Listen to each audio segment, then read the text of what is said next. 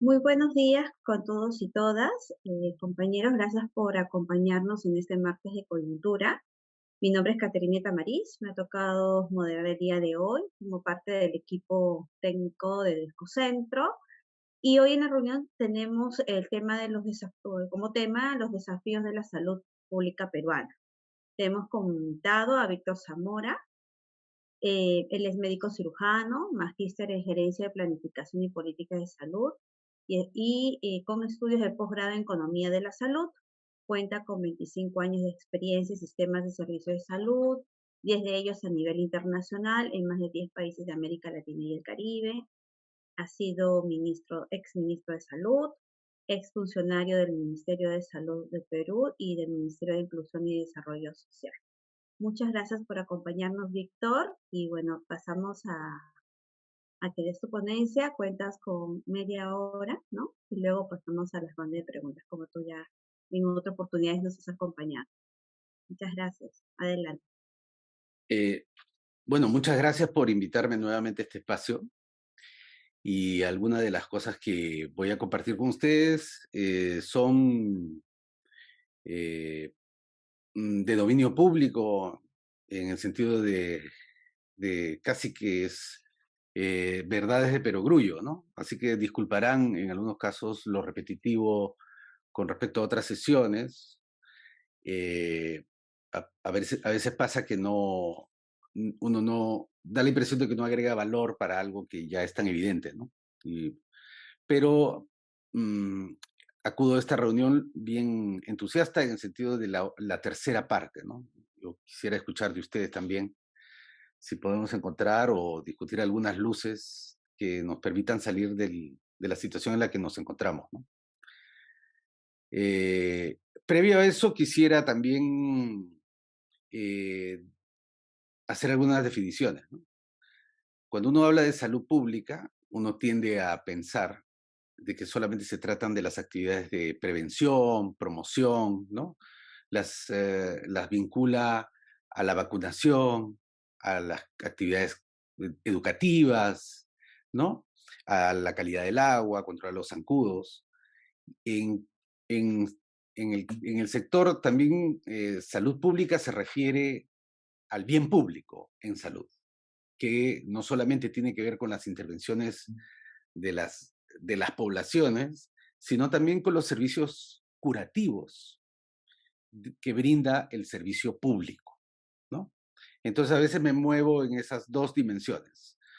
La salud pública entendida como las intervenciones poblacionales, vacunar, por ejemplo, o educar, o planificación familiar, o otras, y en otras oportunidades voy a usar salud pública como la intervención también curativa para las personas, los individuos que buscan un servicio en particular, ¿no? Una cirugía, una, una cama de cuidados intensivos, ¿no? Que también es parte de los servicios públicos. Con esa, a veces genera confusión y nos tendemos a hablar solamente de la vacunación, del agua, cuando en realidad estoy hablando del sistema público de salud, ¿no?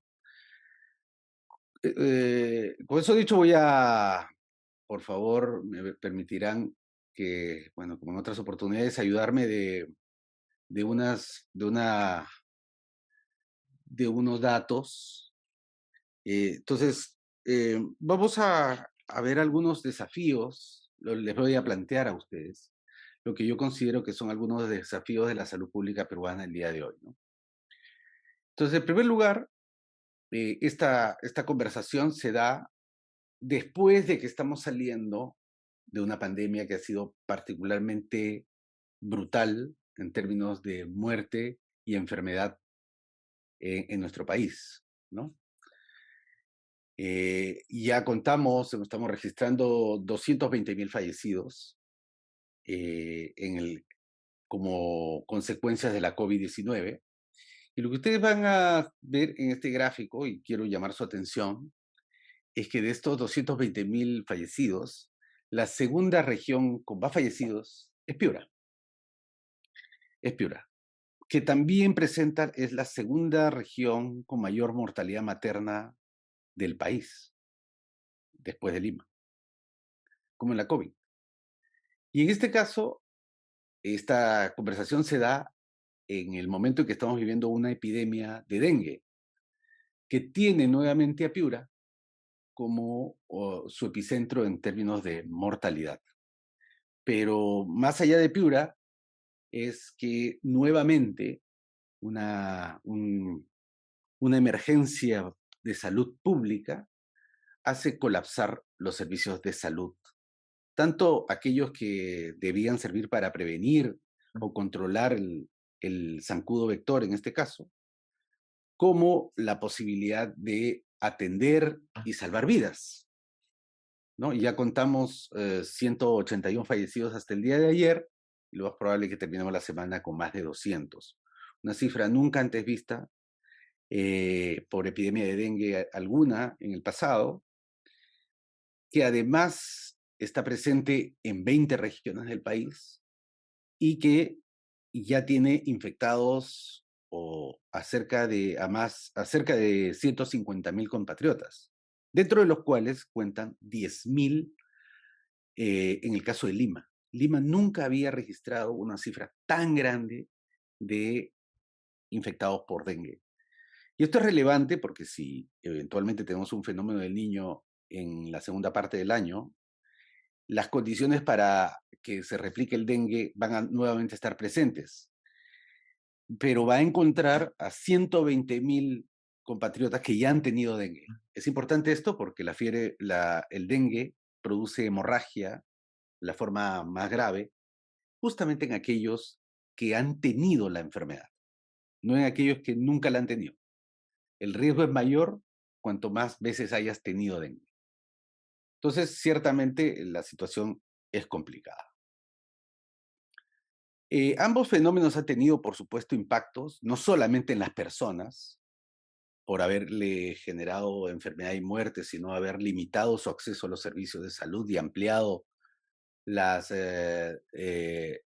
desigualdades que existían y que existen en el acceso a servicios de salud, sino también ha tenido impacto en el sistema de salud al haber explotado, revelado las debilidades estructurales existentes y su incapacidad para responder a fenómenos de esta naturaleza. Y por supuesto no hay que olvidar el impacto que las epidemias o eventos de de esta magnitud tienen en la sociedad en términos de deterioro de las condiciones sobre todo económicas, ¿no? De ingresos y de empleabilidad. Entonces, yo les voy a plantear esta presentación en tres grupos, tres desafíos, tres grandes desafíos de la salud del Perú. El primer desafío es cerrar los compromisos históricos que la salud tiene con la sociedad. El primer desafío, el primer componente de eso es que nosotros vamos a seguir replicando enormes cantidades de contagiados y enfermos durante epidemias agudas y epidemias silentes, si es que las condiciones de vida de la población siguen siendo generadoras de enfermedad. Estas condiciones de vida no son saludables para nadie. No estoy solo hablando de enfermedades infecciosas, como el dengue, como la COVID, la tuberculosis, sino también enfermedades no contagiosas, no transmisibles. Por ejemplo, la obesidad y la diabetes. Dígame usted si en estas condiciones de vida uno le puede indicar a las personas que salgan a correr todas las mañanas, ¿no? Estas condiciones son patogénicas, generan enfermedad. Si nosotros no intervenimos sobre las condiciones que generan enfermedad, estas por supuesto se van a seguir presentando en enorme magnitud. Otra brecha no menor es, por ejemplo, la tuberculosis. El Perú sigue siendo, junto con Brasil, en Latinoamérica el país con más tuberculosis en las Américas y uno de los países con mayor tuberculosis multidrogo resistente en el mundo. Esto no es casualidad, las condiciones de vida de nuestra población generan tuberculosis y el pobre o el limitado acceso a los servicios de salud hace que y al trabajo, y a la protección social en general, hace que los pacientes abandonen sus tratamientos y por lo tanto se den las condiciones para que la tuberculosis regrese cada vez más resistente. Otro tema no menor es que el Perú, a pesar de los avances que hemos tenido en la mortalidad materna, seguimos teniendo elevada mortalidad materna comparado con otros países o comparado con simplemente con algunos de nuestros vecinos. Si ustedes ven en esta tabla, por ejemplo, en Perú, la última cifra registrada es que nosotros tenemos 69 fallecidas por cada 100.000 nacidos vivos, pero esto es casi un poco más de 4 veces lo que es la mortalidad materna en Chile. Lo que siempre le pregunto a mis colegas y incluso en mis clases es si uno está embarazada, ¿dónde preferiría dar a luz? ¿En Perú o tomar un avión e irse a Chile o Uruguay? Porque las probabilidades de morir por parto en Chile son 4 veces menor que las que se producen en Perú, ¿no?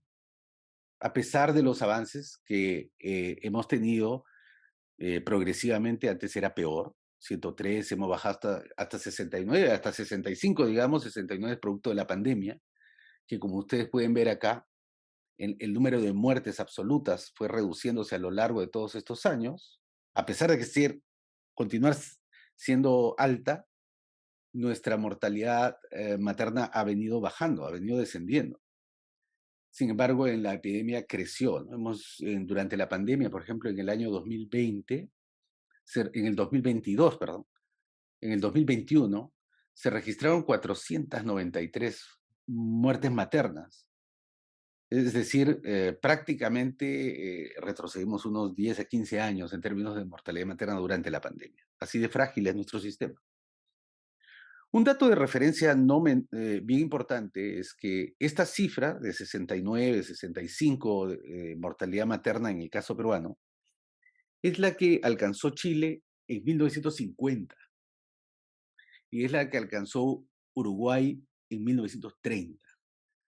Nosotros tenemos 100 años de atraso y casi 100 años de atraso con respecto a Chile y Uruguay en términos de mortalidad materna, de atraso en términos de proteger la vida de nuestras gestantes. Bueno, esto es el número de muertes maternas en el Perú, en Perú, y como ustedes pueden ver, después de Lima, en términos absolutos es Piura, nuevamente. Piura en dengue, Piura en COVID, Piura en mortalidad materna. Lo académico es comparar tasas, y ya que aquí hay un auditorio académico, quiero hacer referencia de que es correcto, hay que comparar tasas, ¿no? Número de muertes por un determinado número de población para poder hacer una comparación real. Pero llama la atención que en números absolutos, tanto en COVID, dengue y mortalidad materna, Piura sigue siendo la segunda región con mayor mortalidad. Entonces, el primer desafío es cerrar aquellos compromisos que no los hemos cerrado. Eliminar la tuberculosis, reducir la mortalidad materna sustantivamente, la mortalidad neonatal, las condiciones de vida en general que generan enfermedad, pero también puedo hablar de otras enfermedades que son bíblicas. El Perú todavía tiene brotes de rabia, de peste bubónica y tenemos bolsones de peruanas y peruanos con lepra. Y no hemos podido cerrar todavía nuestros compromisos históricos por mejorar la salud de nuestro pueblo, ¿no? Esta es nuestra agenda anterior. Luego, el segundo desafío, no todo es, digamos, nubes negras, ¿no? El segundo desafío es tratar de defender algunos logros. El primero de ellos, que para nadie es un secreto, que hemos hecho esfuerzos por eliminar la barrera o tratar de eliminar la barrera económica para acceder a los servicios de salud. Durante la década de los 80, bien entrado los 90, la primera razón por la cual la gente no iba a los servicios de salud público era, incluso privado, era porque le cobraban. El cobro en la puerta era la principal barrera para acceder a un servicio de salud. El Seguro Integral de Salud ha eliminado esa barrera. Eliminado entre comillas, porque sabemos todos que hay cobros debajo de producto de la corrupción, cobros indirectos porque el servicio de salud no le ofrece los medicamentos y las personas terminan comprando sus medicinas al frente del hospital o sacándose los rayos X al frente del hospital. Pero en términos prácticos, digamos, tenemos una plataforma que se ha creado durante los últimos 20 años, que es el Seguro Integral de Salud, que por lo menos cubre parcialmente los costos de ser atendido en la salud.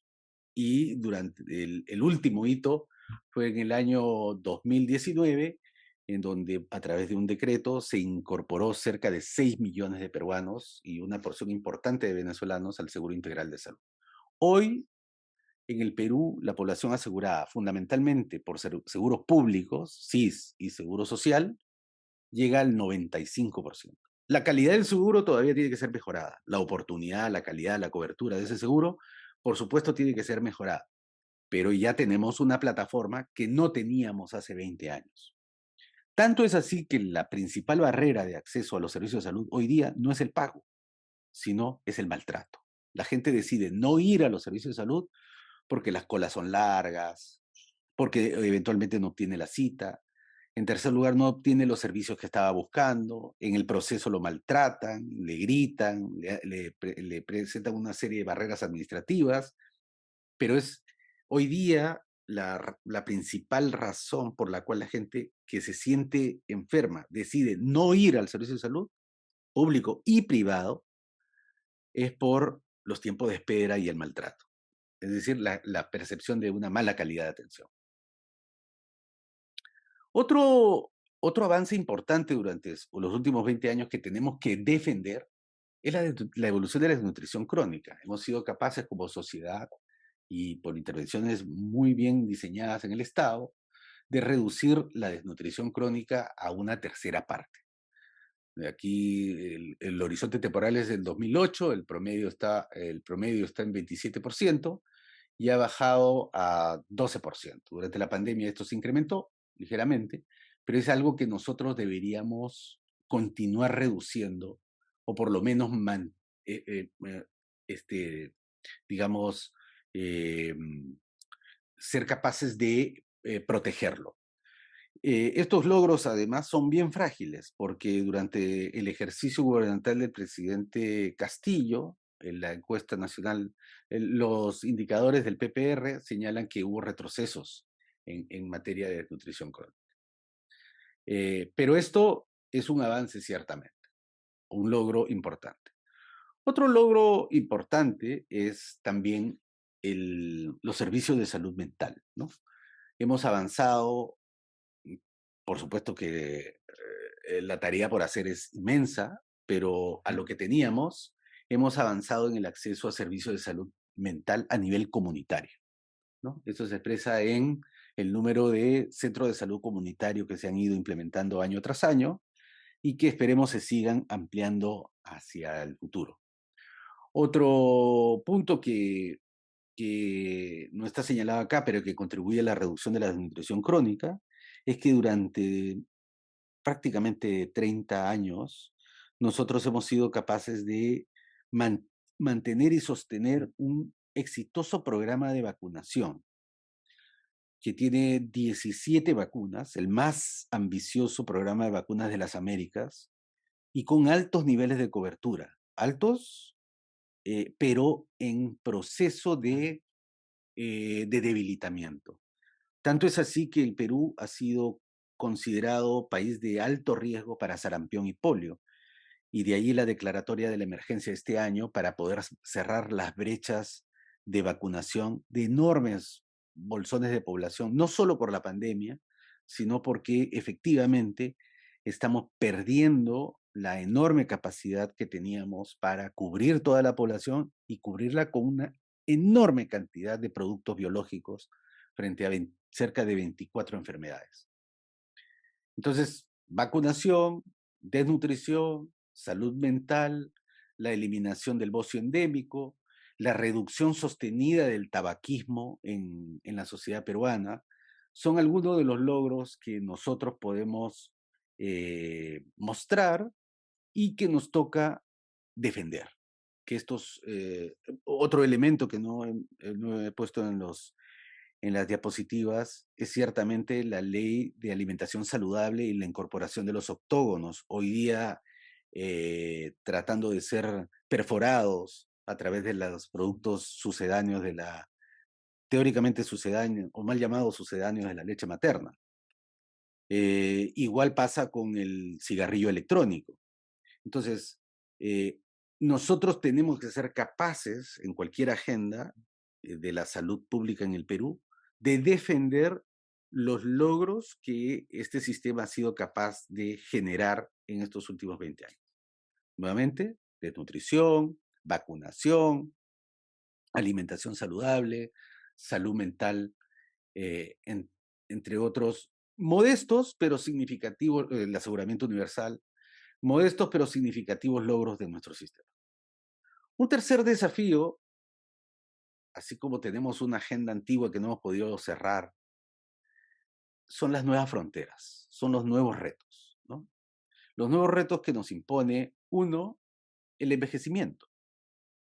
Nuestra pirámide poblacional, no solamente en el caso peruano y en el caso de América Latina, la esperanza de vida al nacer en el Perú se ha duplicado en la última centuria, ¿no?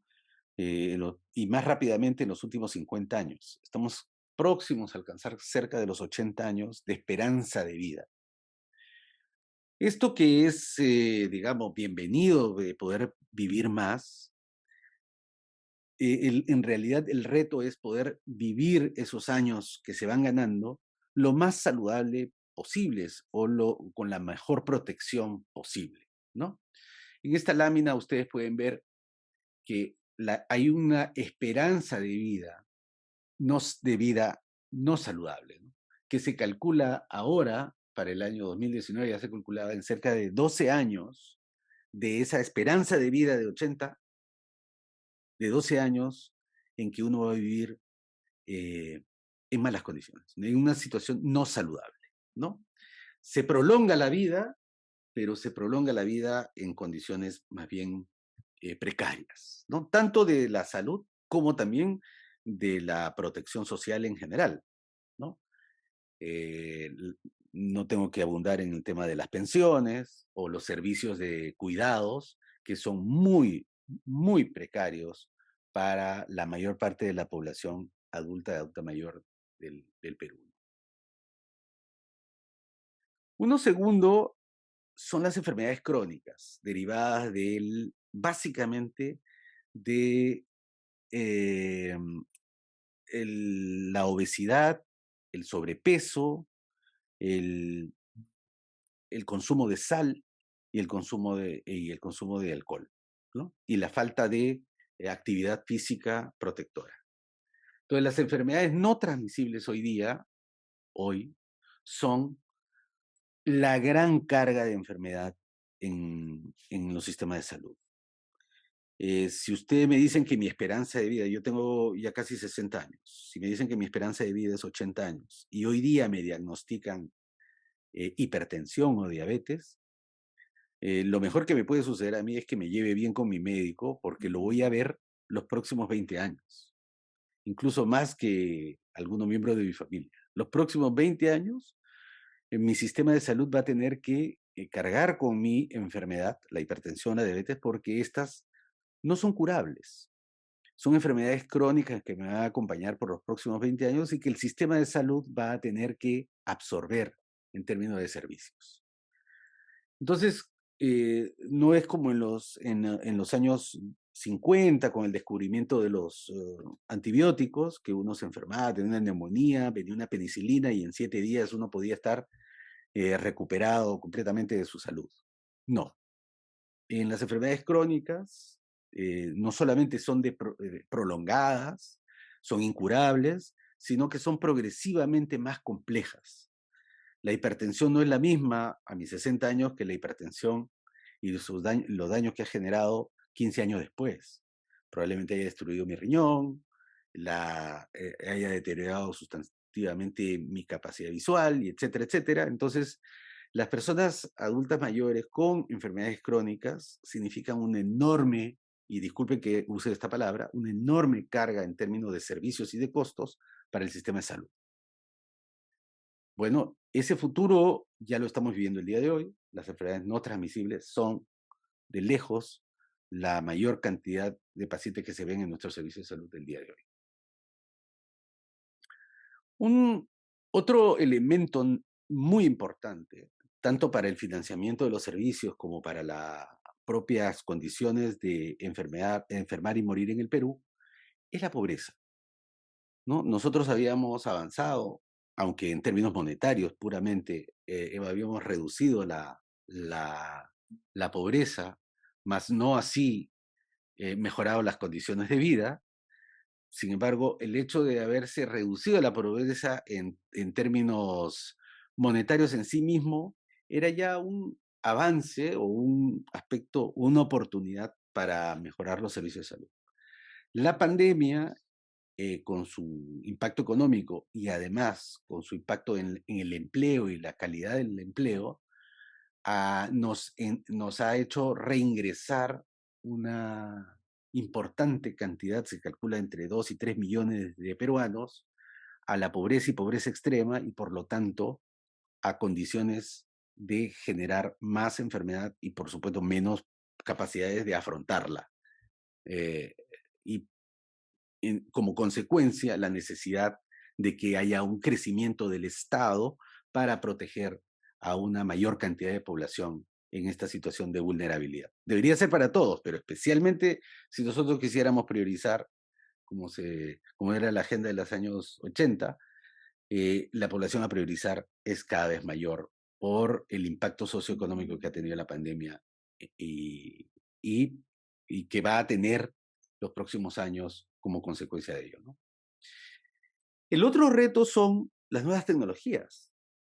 Las nuevas tecnologías, tanto biomédicas como del entorno de la operación sanitaria, básicamente las nuevas tecnologías de informática, de información, incluyendo la inteligencia artificial, generan las necesidades de una reingeniería del sistema de salud para poder afrontar el reto que ella significa, no solamente en términos de costos, sino en términos de operación.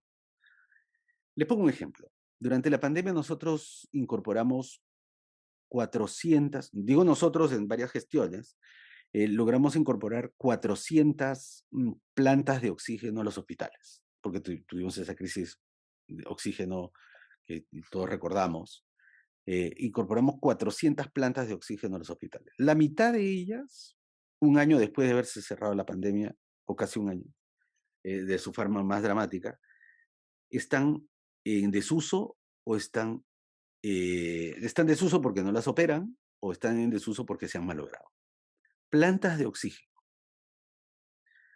Y por eso yo pongo énfasis en la reingeniería. Si nosotros queremos incorporar nuevas y más complejas tecnologías, obviamente el sistema de salud no está preparado para absorberlas. No estamos preparados para absorber lo tradicional y menos aún para absorber lo nuevo, que significa nuevas inteligencias para su operación en pleno, ¿no? Pero son además productos de alta demanda por parte de una ciudadanía cada vez más informada. Las y los ciudadanos con justo derecho reclaman eh, la mejor tecnología para poder recuperar la salud perdida. Claro, uno podrá discutir si esa es la forma en que van a recuperar la salud perdida por las condiciones en que vive, pero ese es otro tema. Lo cierto es que las y los ciudadanos, todos nosotros, reclamamos lo mejor para nosotros y para nuestros familiares cuando se trata de recuperar nuestra salud.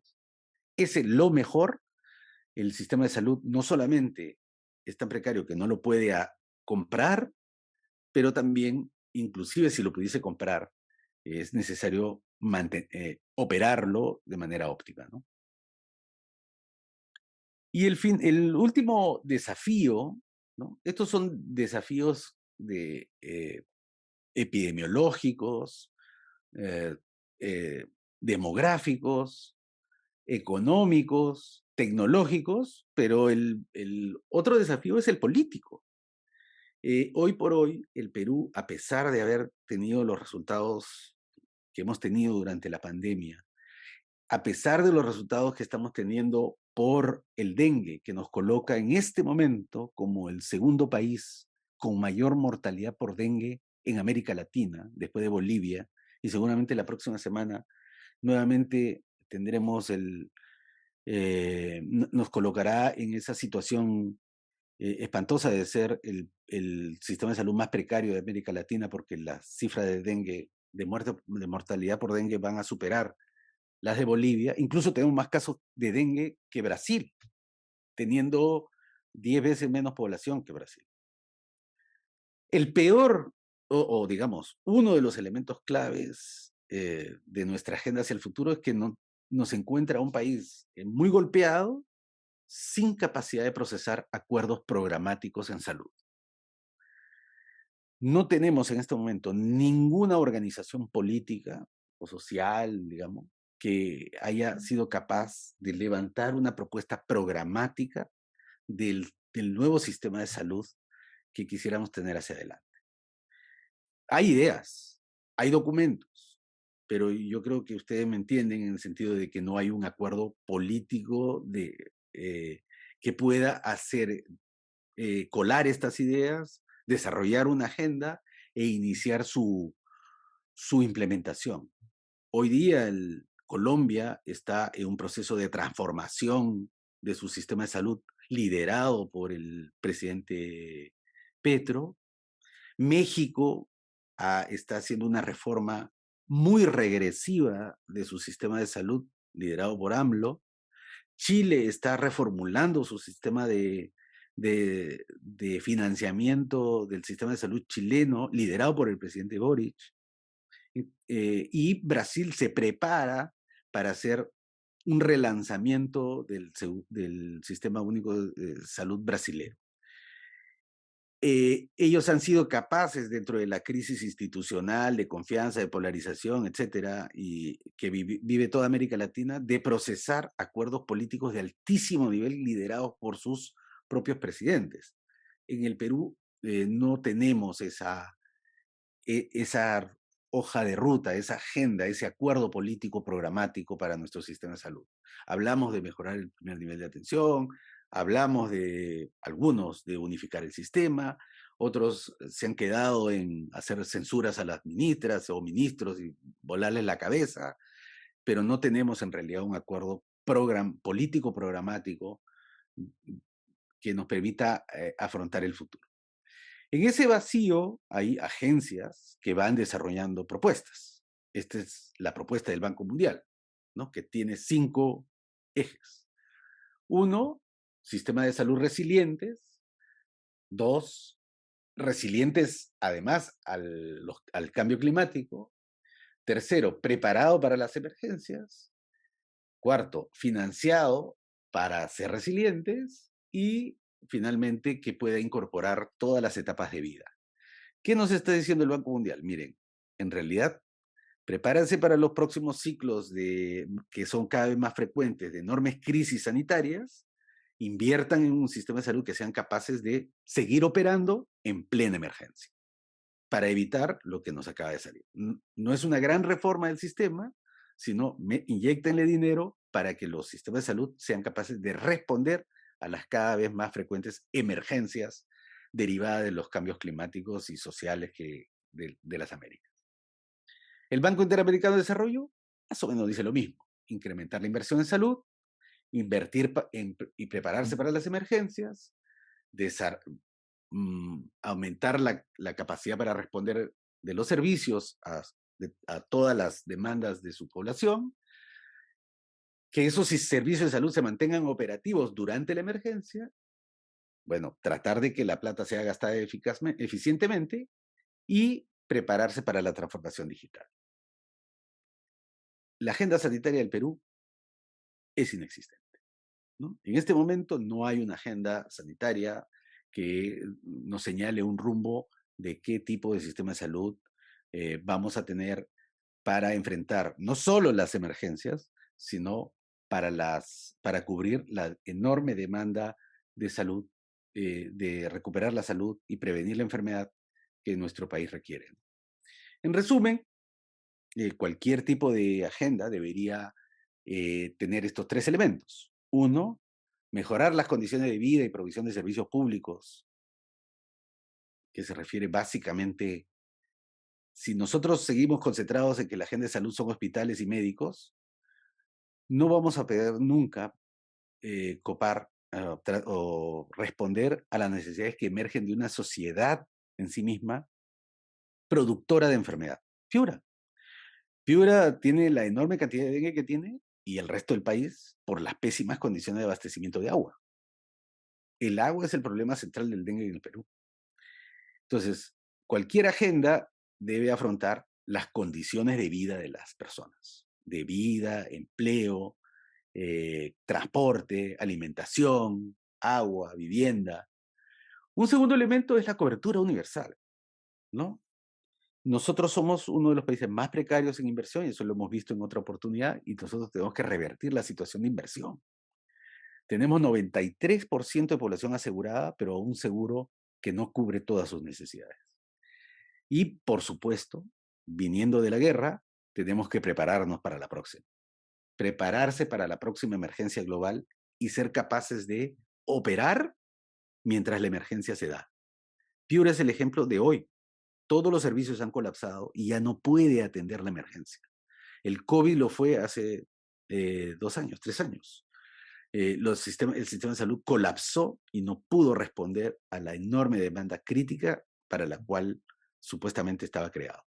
Entonces tenemos que ser capaces de tener un sistema que por lo menos se prepare para la emergencia que es ya no dentro de 50 años, está aquí a la vuelta de la esquina y lamentablemente en ninguno de estos temas, mejorar las condiciones de vida, la cobertura universal y prepararse para la próxima emergencia, tenemos un acuerdo el día de hoy. Creo que este es uno de los temas que me gustaría más enfatizar en la conversación que podamos tener el día de hoy. Muchas gracias.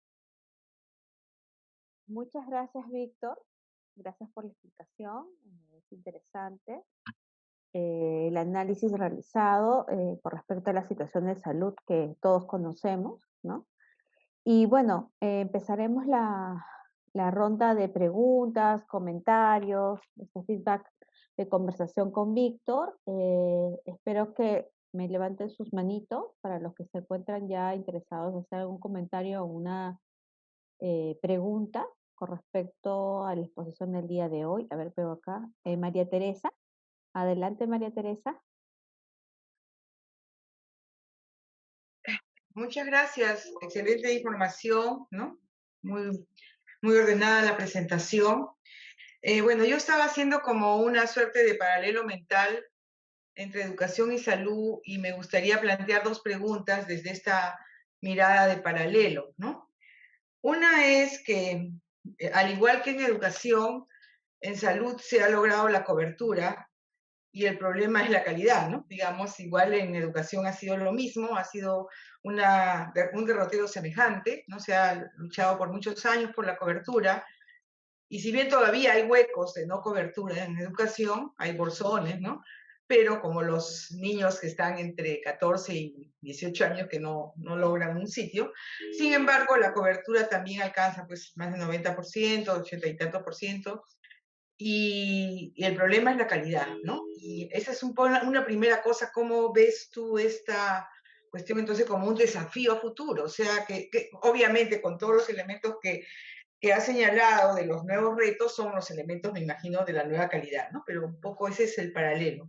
Y el otro paralelo es que estamos en un momento en el cual hay que defender los logros en un contexto de mercantilización de la educación, y me imagino también en un contexto de mercantilización de la salud, ¿no? En el caso educativo tenemos, bueno, ya el tema de lucro en la educación que está instituido por el 882 y ahora las plataformas, digamos, están planteando eliminar ese decreto legislativo, ¿no? Que instaló el lucro en la educación, y ahora tenemos la amenaza de los colegios con sistema voucher, ¿no? Copiando mal el sistema chileno, ¿no?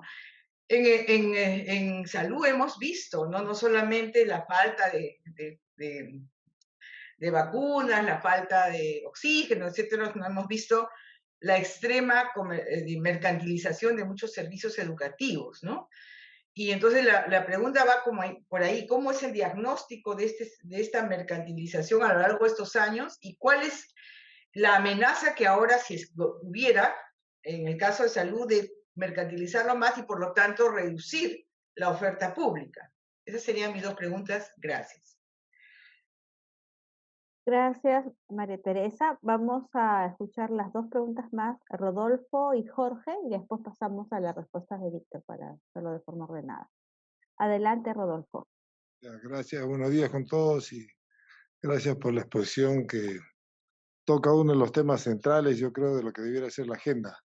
Y mi pregunta era un poco más bien aprovechando que el contexto que vivimos, ¿no?, del país, con las crisis o profundas contradicciones no resueltas, en las cuales el tema de salud debiera ser uno de los ejes de una propuesta alternativa, programática, ¿no?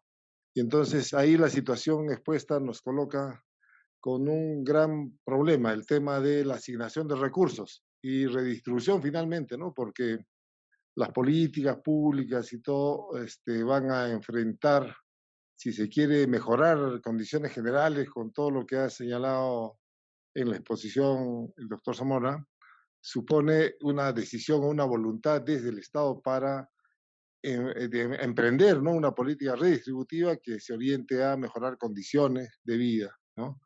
Entonces, ahí hay una discusión o no sé cómo afrontar este tema de la relación entre la salud privada y la salud pública, ¿no?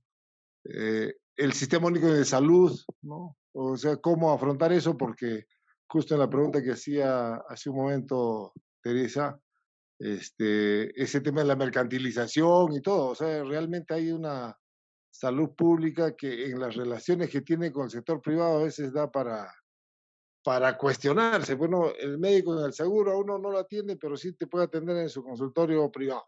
O estos contratos que hemos visto de hospitales públicos con esta mafia del señor Moreno, en el caso del Hospital 2 de Mayo, que malogran los equipos del seguro para poder contratar con el sector privado. Entonces, ya en términos de esa mirada de largo, a futuro, digamos, como alternativa, ¿qué debiéramos plantear? O sea, digo, dos temas, ¿no? En el tema de rentas es una mayor asignación del sector público porque los indicadores que ha planteado Víctor nos ponen donde estamos, ¿no? Es una salud más precaria y el eje del resultado del COVID ha sido la muestra más clara de cómo estamos realmente y cómo este modelo neoliberal mostró ahí sus carencias, ¿no? Entonces, el tema de recursos y lo otro es qué mecanismo, cuál es la alternativa en relación a un sistema único de salud o cómo moderar, regular la relación entre la salud privada y la pública.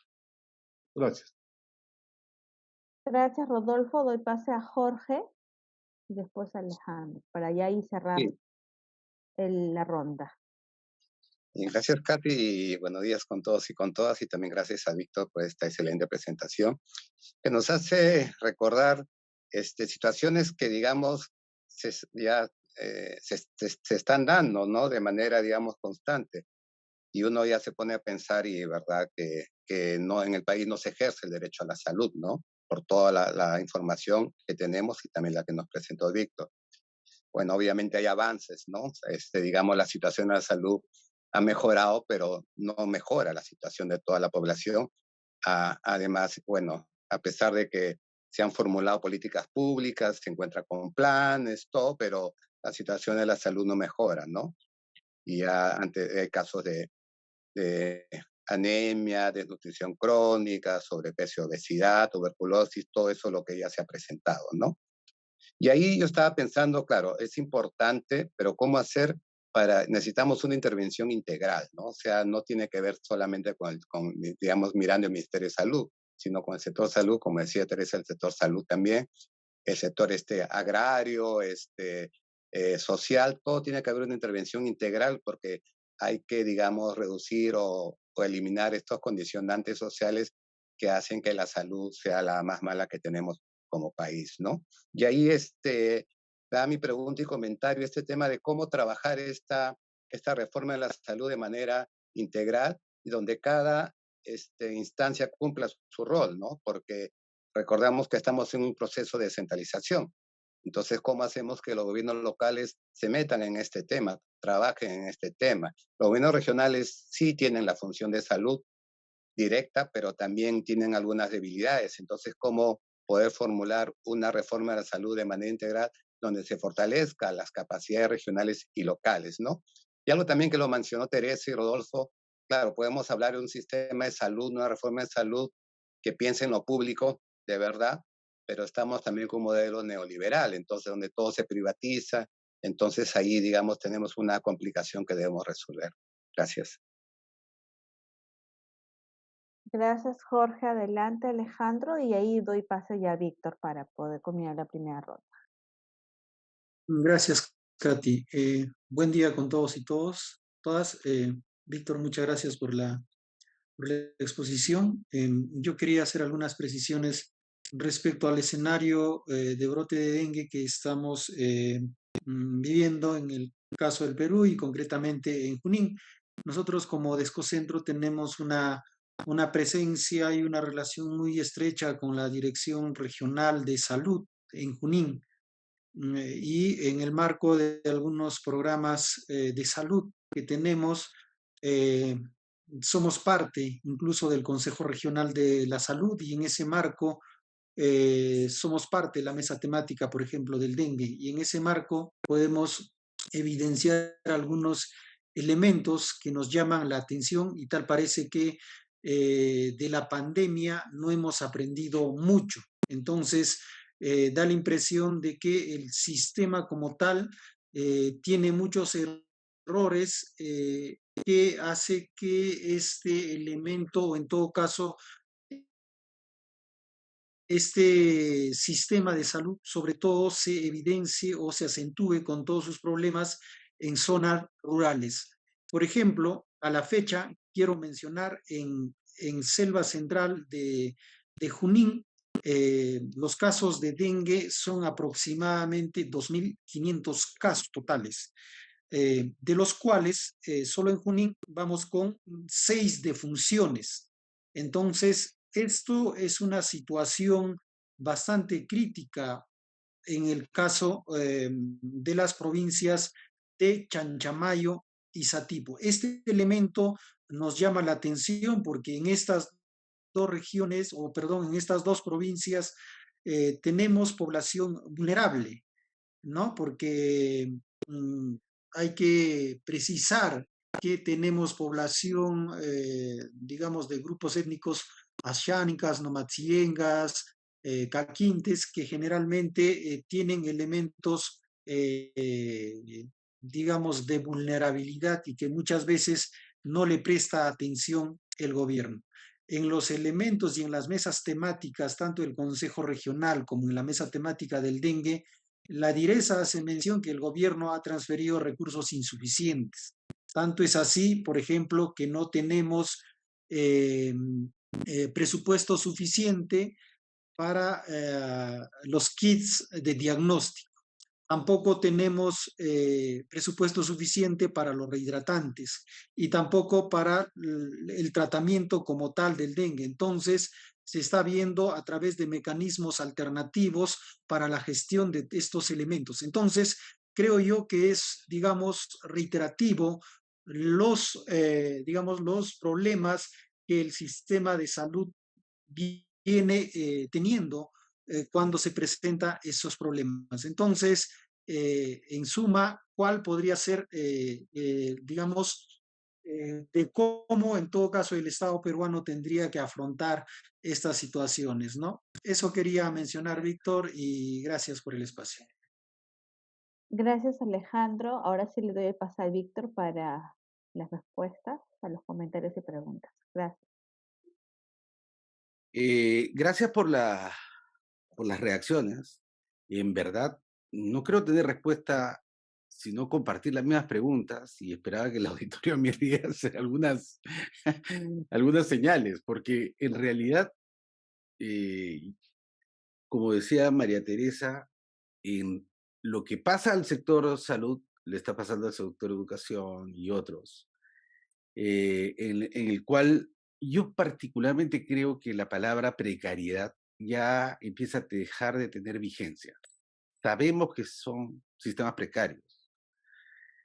Creo que hemos entrado a una fase de descomposición en donde prima la rapiña, ¿no? O sea, de ese estado descompuesto están tratando las fuerzas mercantilistas de extraer todo lo que sea posible a través de, como lo señala María Teresa, por ejemplo, esta propuesta de los vouchers en educación, o de gestión privada de servicios públicos, y como se planteó muchas veces en el caso de la pandemia, ¿no? En el caso de la pandemia se aseguraba que era el sector privado el que iba a garantizar la vacunación. Y lo que ha demostrado más bien en la pandemia es la capacidad que tiene el Estado para proveer servicios, todavía deficiente para algunos bolsones, pero proveer servicios públicos, gratuitos, para todo el país en corto plazo. Esa es la mayor muestra de la capacidad que podría incluso ser mejorada del Estado para proveer no solo vacunas, sino otros servicios. Y que el sector privado no puede realizar. Entonces, yo particularmente, María Teresa, creo que de la precariedad estamos pasando a un estado de descomposición donde prima ya no solo la mercantilización, sino la rapiña, ¿no? Tratar de sacar todo lo que sea posible de ese sector a través de todos los mecanismos posibles. En segundo lugar, para poder luchar contra esa situación, María Teresa y compañeras, compañeros, la política prima. El sector salud no es un problema tecnológico, es un problema político. Entonces, ante la carencia de una fuerza que ejerza el liderazgo con una propuesta sobre qué hacer con el sector salud, nos encontramos pues ante prácticamente la anomia y el extraer de ese sector lo que se pueda, ¿no? En segundo lugar, sobre Rodolfo, ¿no? La propuesta que yo creo debería ser enarbolada es en recuperar el rol del Estado como proveedor de servicios. O sea, necesitamos más Estado. La pandemia nos ha enseñado, y el dengue nos está enseñando ahorita, en este momento, que necesitamos más Estado, más y mejor Estado. No puede ser que Piura siga siendo afectado, no tiene agua por la corrupción, por la falta de diligencia, etcétera, etcétera. Necesitamos más Estado. Y estoy de acuerdo, un Estado redistribuidor. Pero para ser redistribuidor tiene que tener que redistribuir. Entonces se tiene que también ampliar el esfuerzo fiscal. Y eso no lo hemos logrado durante estos 2 últimos años. Posterior a la pandemia, lo que se ha seguido produciendo es protecciones fiscales frente a las enormes riquezas de este país. Entonces, si no tenemos un acuerdo político por un mayor esfuerzo fiscal y una redistribución de ese esfuerzo fiscal hacia los más vulnerables y una presencia más eficaz, de un Estado más presente, es muy difícil que lo podamos lograr en términos de salud, una salud pública renovada. En tercer lugar, Jorge, yo creo que también se necesita atreverse a cuestionar ciertas cosas. Una de ellas es la descentralización. La descentralización en salud no ha sido estudiada adecuadamente. Yo particularmente tengo la impresión, no tengo pruebas, pero tengo certezas, que la descentralización más bien ha debilitado la capacidad del Estado, fragmentándola en su capacidad de hacer políticas públicas y defender a los más pobres. Hoy día, en el sector salud, se ha descentralizado todo, excepto la culpa. La ministra de Salud sigue siendo la culpable de cosas que ella ya no es responsable hace años, ¿no? Por ejemplo, la organización y provisión de servicios de salud en Piura. Eso es del gobierno regional. El sector salud ha quedado aislado, ¿no? En su capacidad de gobierno es ínfima. Y además sigue siendo minada por, me voy a extender un poquito en esto, Catherine, perdón, en dar un ejemplo, ¿no? Hay muchas leyes en este momento que se están dando con mucha buena intención. La ley del cáncer, la ley de las enfermedades raras y huérfanas, la ley de la salud mental, la ley del VIH, la ley de la tuberculosis. Pero en realidad lo que muestra ello es justamente eso. Sálvese quien pueda. Trate de sacar de ese estado lo que pueda. No estamos hablando de salud integral. Es como si yo regalase a uno de ustedes un departamento. Y cuando llega al departamento le dijeran, quiero pintarlo de blanco. No, no, no, no se puede pintar de blanco. Quiero cambiar esa pared. No, no se puede cambiar la pared. Quiero cambiar la puerta. Tampoco se puede cambiar porque el contrato impide que hagas todo eso. Un gobierno cuando entra y quiere hacer una reforma al sector salud, por ejemplo, no puede hacer un montón de cosas. ¿Por qué? Porque la ley de cáncer, por la ley de salud mental, la ley de la tuberculosis, la ley, los programas presupuestarios, etcétera. Es una enorme cantidad de blindajes que impiden la reformulación del sector salud, siendo generadas con muy buena intención y siendo generadas para atacar problemas importantísimos.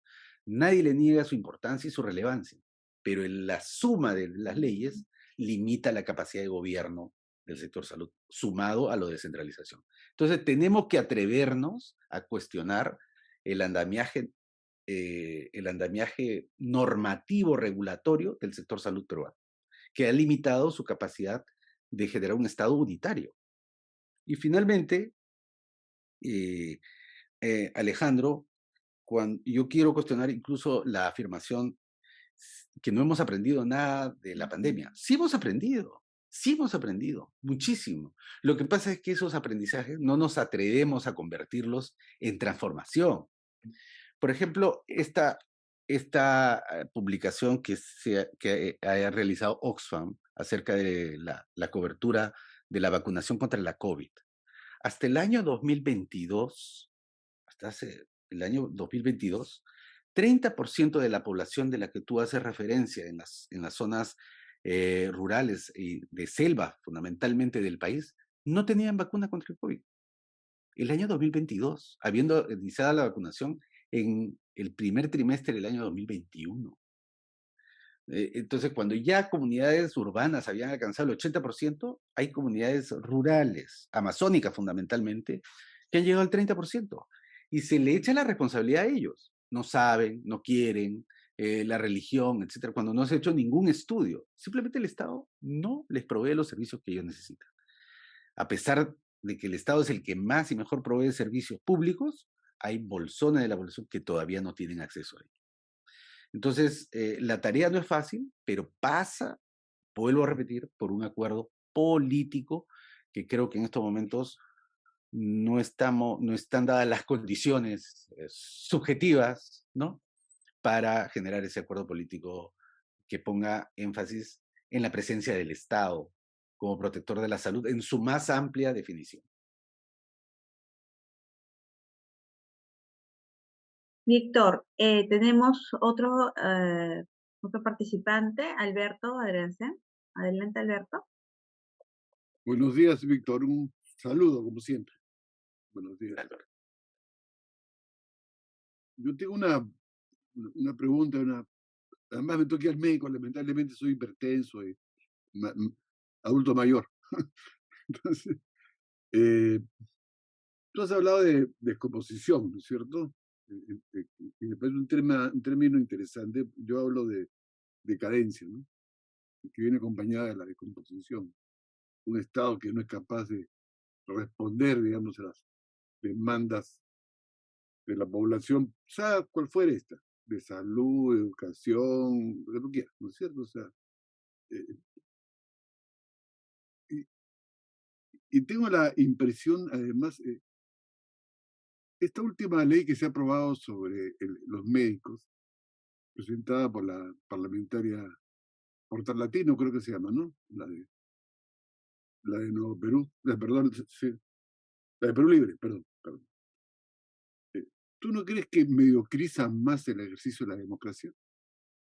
Porque se rebaja la importancia del examen médico nacional, se premia más el tipo de experiencia, o sea, de ejercicio, no importa de dónde vengas, y por lo tanto ya da miedo que te atienda pues, un médico a las peruanas, digamos, ¿no? para ponerlo en esos términos más simples.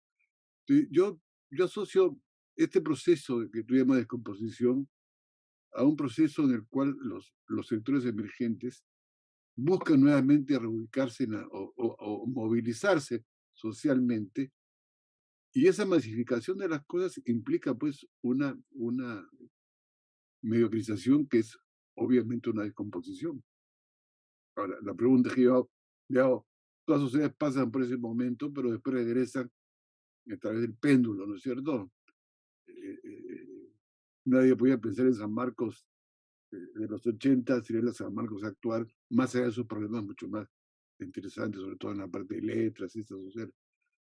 Pero la pregunta que veo sí es que ese péndulo va a regresar alguna vez en el país, digamos, ¿no? O sea, tú pasas de una situación pendular de masificación, mediocrización, y después regresas mediante las calificaciones, en fin, este término horrible que se llama la meritocracia, etcétera, ¿no? Entonces, yo me temo que esa descomposición va a seguir en el país, ¿no? Va a seguir. Yo tengo además una hija con una enfermedad huérfana, rara, como se le llama, ¿no? Muy complicada. Y, y creo yo que yo no siento, por ejemplo, que el colegio médico opine sobre la ley de la protolatina. O sea, el colegio médico, o los colegios en general, digamos, ¿no? Por un exceso de corporativismo, protegen a sus agregados, a sus allegados, a sus miembros, y no permiten realmente un debate y una crítica. Igual pasa con los ingenieros, ¿no? Y termino con esta anécdota que bien se le puede aplicar a los médicos, ¿no? Se ha terminado el tramo Comas-Caraballo, en el caso del Metropolitano, y la ATU le ha hecho 5.000 observaciones.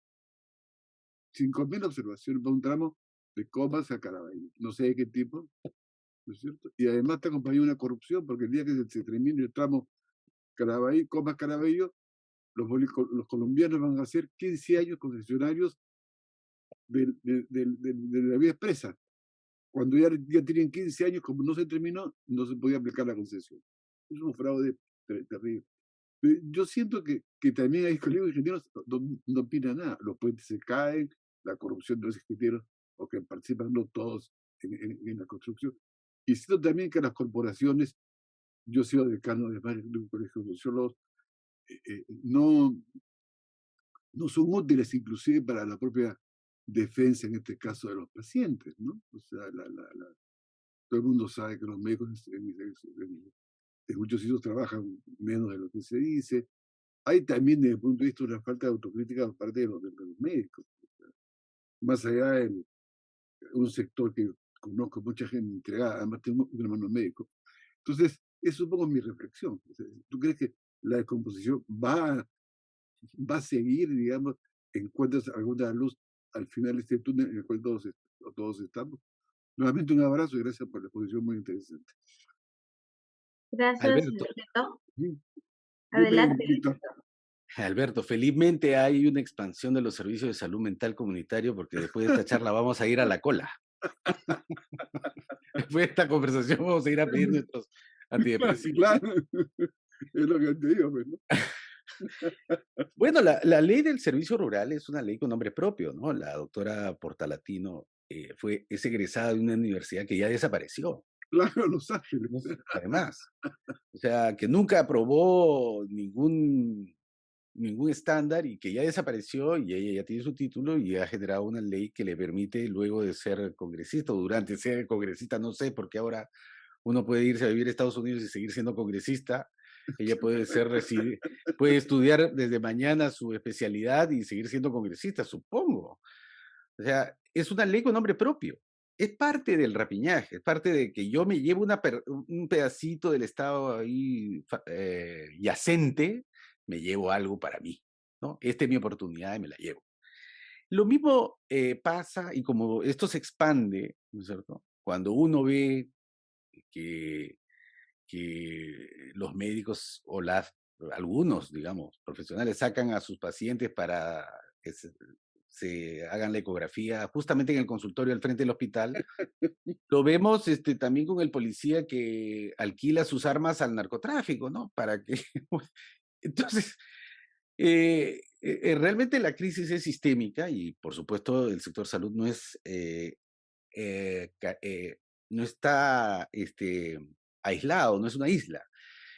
Llama también poderosamente la atención que un Estado como el nuestro, que en el futuro ya nos falta personal, ¿no? Y en el futuro no va a faltar más, la Universidad Nacional Mayor de San Marcos, en la cual yo me formé y donde estudié con 300 otros en una misma promoción, y anteriormente habían habido promociones de 450, hoy día forme 150 médicos por año. O sea, en vez de expandir el servicio de formación médica pública de alta calidad, lo que se ha hecho es reducirla y formar cada vez más universidades de élite, de una élite de ciertos circuitos pudientes de Lima Metropolitana y algunas ciudades, que forman médicos para irse del Perú o para el sector, exclusivamente para el sector privado. De ahí que ahora también se esté minando el servicio rural. El objetivo es desaparecer el servicio rural para poder acelerar la velocidad con que los egresados de la cada vez mayor cantidad de universidades privadas puedan entrar al mercado laboral, y dejando a la sociedad sin esos médicos rurales que hoy día sirven para proveer algo de servicios a las comunidades más alejadas y desprovistas de servicios. No tengo la respuesta sobre el Estado, pero sí tengo, creo, una precisión en el sentido de que hoy prima ya no, que esta situación de precariedad ha sido vista como una oportunidad para estos, eh, estos intereses pues subalternos, ¿no? Y que generan leyes y mecanismos para beneficio particular, ¿no? Y a veces particularísimo, ¿no? Con un nombre propio, ni siquiera de un grupo, sino de una persona. No veo salida en este momento, Alberto, porque la salida pasa por levantar una bandera en realidad alternativa de sociedad que queremos, dentro de lo cual está la salud. Ujú. Ok, y tenemos también un comentario, pregunta de Eduardo Bayón. Adelante, Eduardo. Gracias, Víctor, por la exposición y la intervención de Beto, que en fin está tan cerca del ángel como yo, pero está más angustiado, yo menos. Tú tienes, ahora que eres, ¿cómo se llama? Diabético. Soy diabético, soy hipertenso y he tenido COVID, está bien, tengo todo los boletos. Ya, pero la mala hierba nunca muere. Ahora, a ver, a mí me llama la atención un asunto. Es evidente que tras el desplome del Estado al que hemos asistido en el último tiempo, estamos ahora viviendo el desmontaje de lo que queda.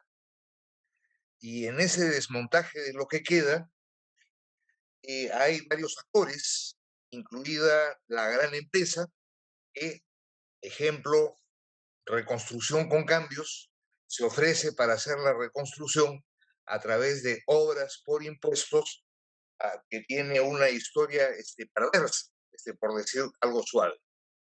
Y lo mismo pasa, por lo menos en términos de infraestructura, con varios de los proyectos de salud. Y al lado de ellos, las pequeñas mafias y los pequeños intereses como el de la señora Portalatín. Ahora, en este escenario que es de larga duración y que creo que está bastante diagnosticado, lo que llama la atención es la dificultad que tenemos para mirar a la sociedad. Tú nos has presentado, Víctor, un panorama que es demoledor y contundente, pero que es de larga duración y es contradictorio, porque Piura es la tercera región más poblada del Perú, 25.000 habitantes menos que La Libertad, que es la segunda apenas. Desde el año 2016 está entre los 4 principales aportantes al Producto Bruto Interno del país. Digamos, es ciertamente la región más diversificada y es una de las pocas regiones con un sistema de ciudades que no existe, por ejemplo, en Arequipa, que es el segundo aportante al Producto Bruto Interno. Y a lo que estamos asistiendo en Piura con el dengue es a una película que esa sociedad ya ha visto innumerables veces, que ya ha sufrido innumerables veces y frente a la cual en el pasado se movilizó alguna vez y de ahí se instaló, no voy a decir en la confianza en el Estado, porque en este país desde el 2010 nadie confía ni en el Estado, ni en la política, ni en los políticos, y cada año, digamos, los indicadores y las mediciones del Latinobarómetro suben indetenidamente. Entonces, la pregunta de fondo que yo me hago es, ¿qué pasa con la sociedad en el caso de la salud? Beto hablaba de los colegios profesionales, pero uno puede hablar de las universidades, uno puede hablar de espacios como Foro Salud, uno puede hablar de las organizaciones en los territorios, y cómo desde la salud, Víctor, tú explicas que no es un panorama exclusivo de la salud, es decir, podemos trasladarlo a la educación, al transporte, digamos, a la vida en general. ¿Cómo se articulan las dos cosas? Gracias. Esa fue la pregunta que yo... Eduardo, lo que pasa es que a ver, voy a dar un paso atrás, ¿no? Dentro de las 3 lecciones que yo he tratado de resumir en la pandemia, ¿no? Una es más Estado, más y mejor Estado, número 1. La pandemia no dejó eso, ¿no? ¿Necesitamos más Estado? Sí. Y un Estado que responda mejor, sí. O sea, más y mejor Estado. Segundo, más ética. Más ética. O sea, no solamente me refiero al caso Vacunagate, me refiero a la acción de la empresa privada, me refiero a la acción pública, me refiero a la corrupción durante la pandemia, el sobrecosto de los medicamentos, etcétera, etcétera. Más ética, ¿no? Y en tercer lugar, más ciencia, ¿no? Que ya tiene que ver con las cosas que hacemos en el sector y que no estamos procesando adecuadamente, tanto para generar ciencia como para absorber la ciencia, ¿no? O sea, no tenemos instituciones. La universidad, por ejemplo, durante la pandemia jugó un rol minúsculo, minúsculo, cuando su rol era tratar de encontrar, procesar y entregar a los tomadores de decisiones la mejor ciencia posible de ser implementada, la universidad se puso de perfil, ¿no? Entonces, el problema es sistémico, el problema es grande, pero creo que si no podemos levantar estos 3 elementos en el rol del Estado, por lo menos en el sector salud, y en otros se aplica igual, más y mejor Estado presente, no un Estado ausente. En segundo lugar,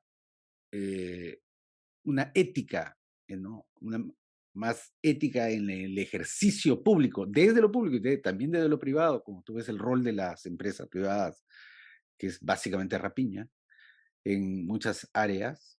Y tercero, el procesamiento de la ciencia en todos sus niveles, no necesariamente inventar un nuevo producto o desarrollar una nueva vacuna, simplemente colar aquella evidencia que existe en el mundo para los propósitos nacionales. Eso no somos capaces, estamos llenos de estos grupos de asesores ad hoc, ¿no? Que los eligen a dedo, no rinden cuenta a nadie, nadie sabe por qué lo eligieron a él y no al otro. Hoy día acaban de desmantelar la comisión de asesores de dengue, que fue generada hace 20 días, porque no tenemos los mecanismos institucionales para procesar la ciencia, ¿no? Que debería ser CONCITEC, el Instituto Nacional de Salud, las universidades. Entonces, pero yo creo, Eduardo, que tenemos una crisis profunda de largo plazo y de la cual nos va a tomar un tiempo procesarla y salir de allí con alguna propuesta. Para mí sigue siendo una de las mayores debilidades del sector salud que no tengamos un acuerdo nacional al respecto de qué hacer con el sector. No lo tenemos. Y no la tenemos por las razones que tú y Alberto y otros más en la audiencia dominan mejor que yo, ¿no? No hemos sido capaces de procesar un acuerdo político para modernizar el Estado en el Perú. que responda a las necesidades de los más y no de los menos. Pero no sé cómo hacerlo, no tengo idea de cuánto va a demorar, no sé si están dadas las condiciones, y yo creo que no, pero bueno, lo dejo ahí. No tengo respuesta, Eduardo, más que compartir el pesar. Ok, gracias, Víctor. No sé si alguien más quisiera hacer un comentario o consulta o pregunta en sala.